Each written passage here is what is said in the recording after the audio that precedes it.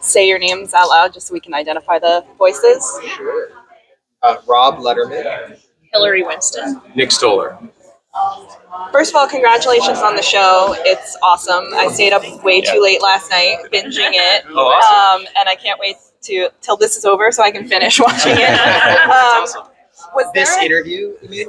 this whole weekend when I finally have some time for myself again. Was there a process for choosing the books for you guys? And were there some books that you were hoping you could maybe fit into the arc this time around that maybe you're holding on to for next time?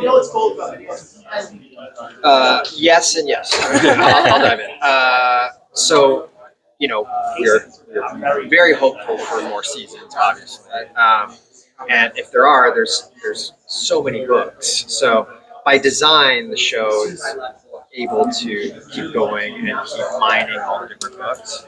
And then as far as this season, I think once we crack the big idea of making it serialized and following 5 teens and almost the first 5 episodes being origin stories for 5 characters, and where we wanted to go with it, then we started mapping what we thought were the best books to those characters. And then, without making them too similar, we like jumping different subgenres of horror as well.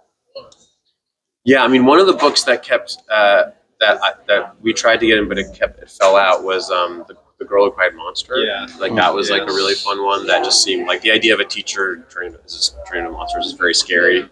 And that kind of came in, and then we realized it didn't fit. It got too stalkery. Yeah, and it just didn't fit into the overall. It became repetitive with what happens with the Justin Long character, and so But I think there's so many stories in the Goosebumps canon that we'd love to get to do more. Sure. So this is horror, but it's kid-friendly horror. Can you talk about whether or not there are any guardrails, what that process was like if you have kids, if there was, they had opinions about it? I have a child with very strong opinions. It's weird how they have opinions, right? Just as a parent, you're like, really? You have an opinion about everything? Your kids watch a lot of episodes. My kids watch a lot of rough cuts and share their opinions. I don't know. I'm doing something wrong. Yes, sorry. It is. What was it? So before I go for kids, horror, but it's geared towards. Yeah, and I think this show has aged up a bit. So the original series was really middle school, but we kind of found we wanted to increase the stakes. We wanted to go deeper. We wanted to have more of a coming of age type of thing going into adulthood. And also, there's fans who grew up on the books who are still fans of the books in their 30s and 40s that we want to speak to. And so it's just a bigger audience now, and it's just felt like the right place to.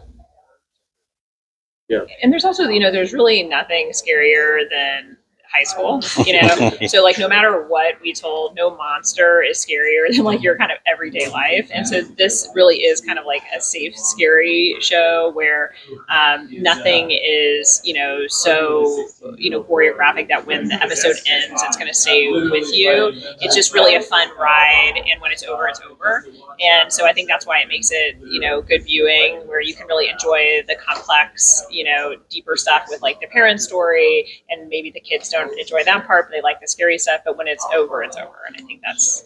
And Disney told us to we were like, how careful should we be? And they were like, just go for it. We'll tell you when you've gone too far. That is true. Yeah. And so it was pretty and we were saying that the thing that's always scariest is the thing you don't see, and it's once you see the monster, it's never as scary as the noises and, whatever, the lights turning on and off. All that's much scarier. Like the poltergeist, the chairs. That chair moment, the stacked chairs is the scariest moment. It's absolutely terrifying. It's just a stack of chairs. It's literally So but it doesn't keep you up at night. So that's that's true. That's true. Hi, Gotham Geek. I actually got to chat with you too the other Yes, day. hi. Yeah, how are you? Good to see you. Good to see you. So we got to talk a little bit about how you kind of changed, I guess, from the Jack Black movie, you filmed a little bit more serious with this one. How did you kind of go about coming up with concepts to make it a little more like we were talking about, good for adults and fun for children at the same time? Well, I think the movie, which was amazing, by the way. Yeah. Good job, Rob. That's a meta concept about Goosebumps. I think when we started talking about the series, we wanted to really embrace the books in a deeper way. It's serialized. It's not an anthology series, but we wanted to follow characters living with these stories and totems a bit more, and the books really lend themselves to that. They're very cinematic, the books. So that was kind of the And our tone is pretty earnest, It's not a very there's certainly Easter eggs throughout, and we're using the stories, but it's an earnest tone. It's not, and we're trying to be funny. We're trying to do other stuff, but we're not. It's not a self-aware show. That isn't where the comedy's coming from. And we want to do something fresh. There's a lot of stuff that, on Goosebumps, but we want to be different. So just a grounded, gritty, realistic vibe felt like the right way to go. Yeah, like even if you look at, the movie, the old series, next to the pilot of this episode that Rob directed, the series that Rob directed, you just visually, it's so different, and it just telegraphs that we're kind of in a different Goosebumps. There's also, I think like some of the movies we grew up with too, like if you think about the Lost Boys, that's like about like this. This is the best, and it like veers between being like just this brother story that's kind of fun and then the very scary dark vampire We talked story. about that. We talked about for the Lost Boys a lot. It's just like that's such a perfect example Yeah. of that kind of. And I was like, they should also be dressed exactly the same. And you're like, no, that's not what I'm saying. And the guy with the saxophone without a shirt on at the beginning, we talked about a lot, like a But lot. he was oiled down. He was oiled down, and I was like, we got to get that We did oiled a down deep guy. And dive you were on like, that. no, I don't think that's appropriate. But the ponytail. And I was like, guys, Yeah. we need to get back to the script. You have time for one more question. Yeah. The benefit. Okay. No, you. Oh no, I'm sorry.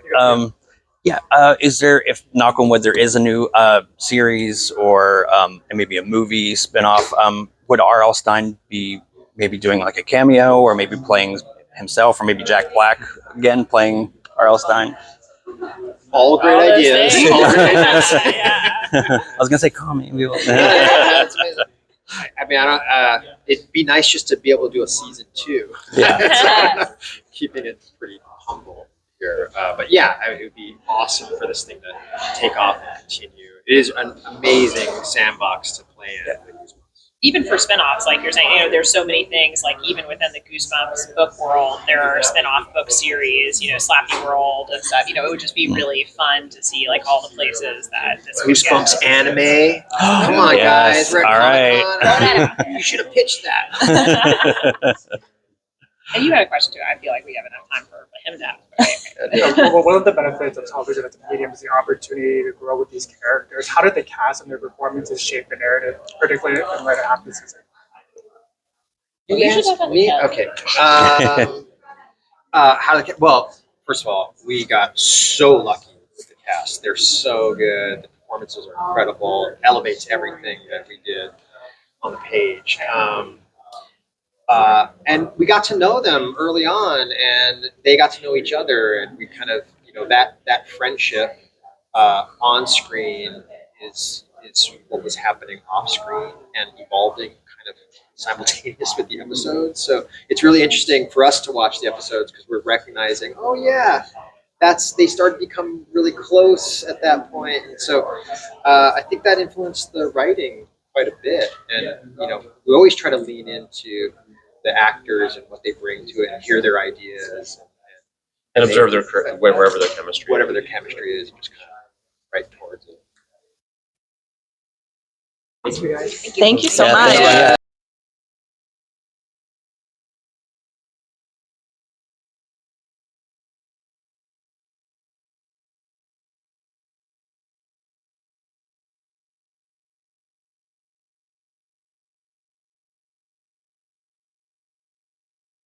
But I was really surprised when it got to episode 2 and it's not an anthology. We're not meeting a new cast of characters. Was that always the plan going into it, or was that something that came through the development process? I mean, we were lucky to have access to all of the Goosebumps books through Scholastic, and so it was a real challenge to figure out which ones we were going to pull from. So we knew for the first half of the season we were going to pull from some of the most popular ones. So you're right that they're not pure anthologies, but for the first 5 episodes, we do come straight from 5 of the most popular books, and the issues in the books kind of align with the issues the teenagers are having. And after that, for the second half of the season, it's just pulling from all of the books when the kids come together. So we knew we weren't going to do a straight anthology because we wanted to have an ongoing situation, ongoing teen drama, ongoing stuff with our cast that people kept driving through the season with. But we wanted to take as much as possible to it together. Yeah, and it was important that it's sort of binge-worthy, for lack of a better term these days, especially since it's on a service like Disney+. So we wanted to have, an arc and a mystery that would keep an audience, coming back for more, wondering what happens next, as opposed to the previous TV series or the movies or the books that were, anthological kind of closed-ended episodes. Yeah. It definitely works. Oh, thank you. Yes. Can you talk about the process of deciding to bring, this iconic book series to screen again? What was development like? How did that all work? Yeah, I mean, good thing for both of us is we actually grew up reading the books, so we were fans before we even started working on the project. And my company, Original Film, produced the movies, and so Rob Letterman directed the first movie, and Rob and I and Neil Moritz started talking about what it would be like as a show. And we knew if we were going to do a TV show, we wanted to take these iconic stories and do kind of an elevated take on them because we knew how beloved they were. And we went to Nick and Connor because all of us had kind of worked together before to really put that together, and they came up with a version of the show that we all felt good about, that Goosebumps fans like us would actually like, but new people who hadn't read any of the books would appreciate too. And so that was always top of mind in development. Totally. And because there had been a TV series before, because there had been 2 movies, it was super important to us that this have a reason for being and not tread on territory that had been tread on before in previous adaptations.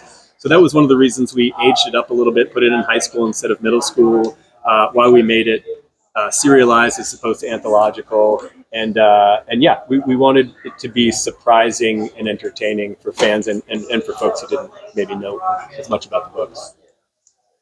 Hi, Gotham Geek here. I just want to say I really enjoyed the show, and I love that, like you mentioned, the premise is not an anthology, but that it's also a little more adult themed. Yeah. So I think it's being that we grew up with it as kids, and now as adults we can enjoy it. I really like that. Yeah. So I guess how did you guys kind of go with the concept of making it a little more adult themed, and like you said, like now they're in high school, and kind of making it a little darker in a sense as well? Yeah, well, like you said, I grew up reading them as well. My 11-year-old daughter is reading them now. So the endeavor was to create a show that we could both watch and enjoy together. But the line is tricky, right? For it to be funny and scary for adults while also being funny and scary for kids. Disney was super helpful in making sure we were towing the line, getting right up to it, and never kind of going over the line. So the scares were very much tension driven and never gore or blood and guts type stuff. And the jokes, I think, were generally elevated and had some edge, but never getting inappropriate. But yeah, it was definitely a tricky dance because there's not a lot that me and my daughter can watch and be entertained by together. So finding that sweet spot, that was the dream. And the kids in the books are in middle school, and our kids are in high school, and we did that intentionally because high school is the weirdest time ever. It's super awkward, it's super messy, it's super funny, but it's also really scary even without these things happening. So we knew we were going to that's a ripe territory for doing any type of story. So having the high school kids there, and then we really wanted to talk about their parents too, because the parents play a huge role in the show. And we wanted to talk about the relationships between the kids and their parents, the relationships between the parents themselves. And you realize that in the show, the kids are having to clean up the mess that their parents created. And so that there's a lot of adult dynamics built into that without being too alienating. Great job. Thanks so much. There's such a talented young cast at the helm of this project. What was that casting process like, finding those actors that can play well both the drama and the comedy, which was the hardest role to cast for? Gosh, they were all difficult because we wanted new faces in those roles that maybe would be a surprise to an audience, to introduce folks for the first time. And we needed there to be a chemistry with them, which is really difficult to find until you're actually shooting. And we needed to find kids that were close enough to the teenage experience that they could lend some authenticity to it. And once they were cast is when we really started writing towards and around them with their input, because it was important to us that it felt as true to the contemporary high school experience as possible. And as 40 somethings, we're not as plugged into that these days. So they were instrumental in making sure that their characters felt real and that they gave a lot of their sort of personal energies towards, which was great. And the first person we cast was Justin Long for that role, and he's perfect for it because he's done so many comedies, coming of age movies and shows, but he's also done a lot of horror things. And he was just coming off Barbarian when we shot this. And so he's kind of perfect as a person who seamlessly goes between comedy and drama. And in the show, his body is taken over by a 16-year-old kid. So there's a lot of physical humor there too. And he really threw himself literally figuratively into the role. And so we kind of lucked out with him. And the adult actors, Rob Hubel and Rachel, are just so funny. They're all comedy people and they bring so much comedically, but they're also really good dramatically too. So we lucked out with the entire cast. Thank you. So as fans of the books, were there any deeper cuts that you either thought to get into the first season or you're like saving for maybe another season? Well, as Pavun said, we luckily have access to the whole series. So yeah, there's a lot of things. I won't speak specifically, so it's not to give any spoilers, but yeah, this one draws from 5 of sort of the most popular of the canon for the first 5 episodes, pulls some Easter eggs from others throughout. But yeah, we hope to draw on many more for hopefully many seasons to come. So many. Yeah. You could really. I know. It's really a deep well. Yeah, exactly. Mike, Geek Fives. Mike, Geek Vibes Nation. I love that this show is inclusive. You have a queer character, and it's very incidental. Was that always the plan? And how did you take steps to kind of make it feel authentic without like virtue signaling? Yeah, I mean, like Conor said, the characters were written, and then once we cast the show, the actors themselves brought a lot of their own personality and experiences to the role.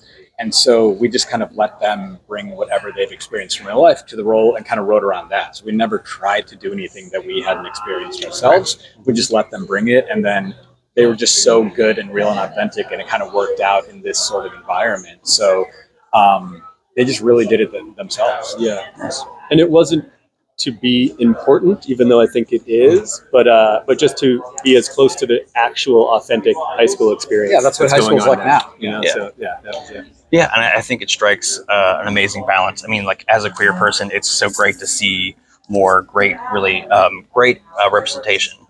Yeah. Cool. Excellent. Thank you Thank you so so much. much. Appreciate your time.